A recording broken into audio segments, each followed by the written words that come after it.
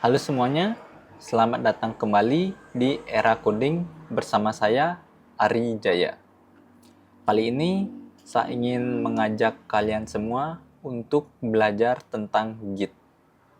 Bagi kalian yang belum tahu apa itu Git, jangan khawatir. Setelah menonton dan mempraktikkan semua video di dalam seri ini, saya yakin kalian semua akan menjadi fasih menggunakannya. Lebih dari itu, kalian juga akan menjadi programmer yang lebih baik. Kenapa seri ini dibuat?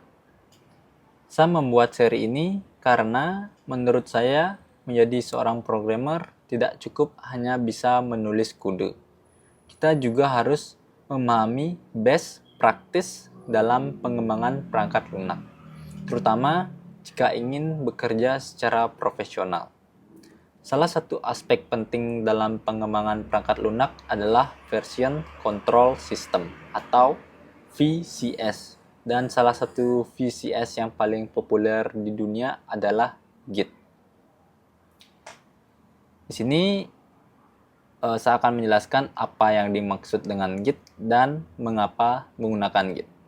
Mungkin pertama-tama saya akan menjelaskan apa yang dimaksud dengan Git. Git adalah Version Control System atau VCS yang berfungsi untuk mencatat perubahan atau versi dari kode sumber dalam sebuah proyek. Kenapa ini penting? Saat kita membuat program, mencatat setiap perubahan dalam kode sangatlah penting. Dan jika kita bekerja dalam tim, Git membantu untuk mengelola kode agar lebih terstruktur. Dan juga Git bisa membantu kita jika terjadi kesalahan, kita bisa kembali ke versi sebelumnya dengan sangat mudah. Bagi yang belum memahami konsep version control system, saya akan menjelaskan dengan ilustrasi sederhana. Git seperti mesin waktu untuk kode sumber. Bayangkan kita membuat sebuah aplikasi, misalkan kita membuat aplikasi mobile menggunakan sistem operasi Android. Di sini kita memulai dari kode pertama yang ditulis pada 1 Februari 2025. Di hari pertama, saya mencatat kode pertama dengan nama commit yang saya beri nama pertama. Dan di hari berikutnya, saya menambahkan fitur A dan mencatat perubahan dengan nama commit fitur A.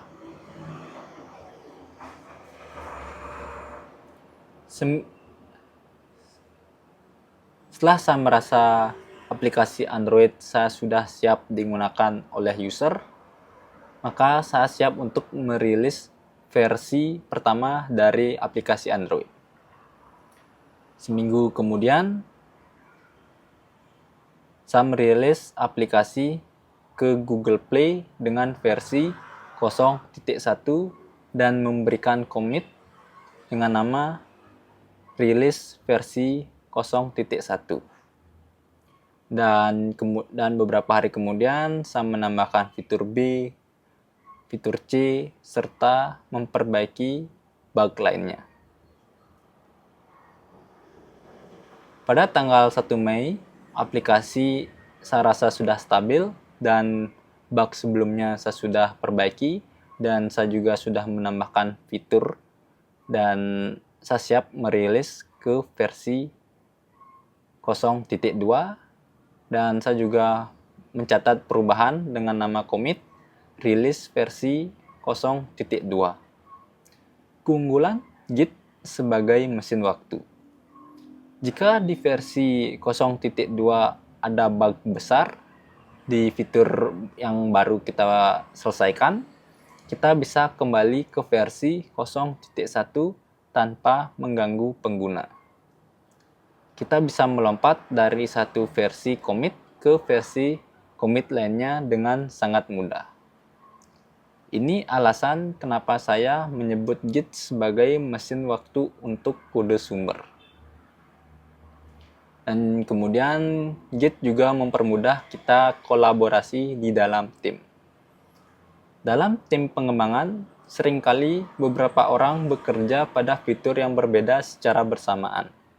Misalkan kita memiliki rekan yang kita sebut saja dengan nama Eka. Di sini Eka akan membuat fitur B dan ia membuat cabang atau branch baru di komputer dari Eka. Lalu mengembangkan fitur tersebut tanpa mengganggu kode utama yang saya buat sebelumnya, dan saya juga menambahkan beberapa fitur di kode utama. Misalkan kita anggap saja fitur A. Setelah kita selesai dan si Eka ingin menggabungkan kodenya dengan kode dari fitur yang saya buat, kita bisa sangat mudah untuk menggabungkan kode dari Ari dan juga kode dari Eka. Tanpa Git, kita harus menggabungkan kode secara manual yang sangat merepotkan.